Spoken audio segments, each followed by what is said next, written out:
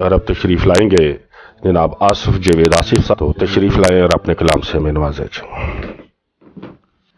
साहिब सदर की इजाज़त से सर दो अशार उर्दू के उसकी रहमत का हमेशा से तकाजा करके,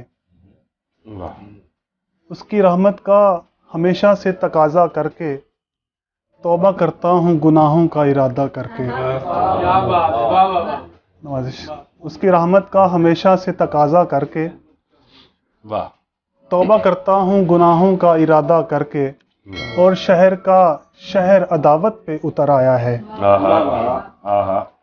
शहर का शहर अदावत पे उतर आया है। मैंने क्या जुर्म किया उसकी तमन्ना करके। बहुत अच्छे। शहर का शहर अदावत पे उतर आया है, और मैंने क्या जुर्म किया उसकी तमन्ना करके।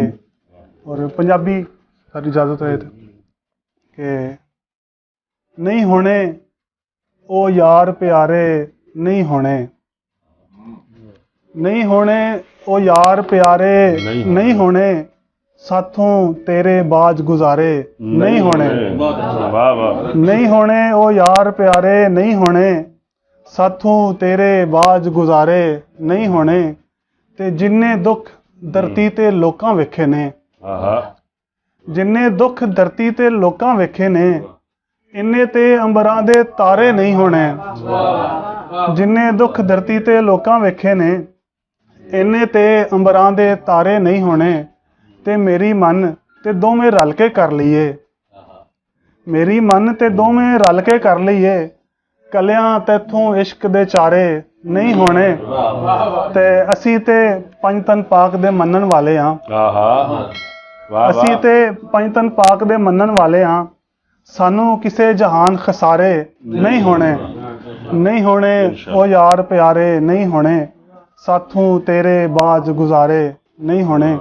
ते एक गज़ल दो तीन अशार इजाजत के हो सकती है पल विच गलती हो सकती है, हो सकती है पल विच गलती हो सकती है, समझण लग्या गल विच गलती हो सकती है।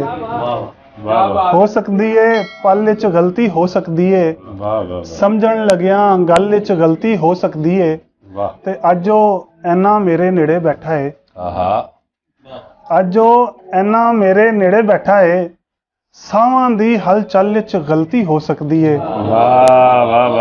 अज ओ ऐना मेरे नेड़े बैठा है, सावां दी हलचल विच गलती हो सकती है। ते मेरे बच्चे पिछली रात दे भुखे ने, मेरे बच्चे पिछली रात दे भुखे ने, इस मुश्किल दे हल विच गलती हो सकती है। बहुत शुक्रिया, बहुत शुक्रिया। मेरे बच्चे पिछली रात दे भुखे ने, इस मुश्किल दे हल विच गलती हो सकती है। ते मैं कोई इन्ना पक्का पीड़ा शायर नहीं, मैं कोई इन्ना पक्का पीड़ा शायर नहीं, मिसरे शेर गज़ल विच गलती हो सकती है। बहुत शुक्रिया, बहुत जो शायर मिसरा, शेर और गज़ल इस तरह के लफ्ज़ अपने मिसरे में बांधता है, वो यकीनन पक्का पीड़ा शायर होता है।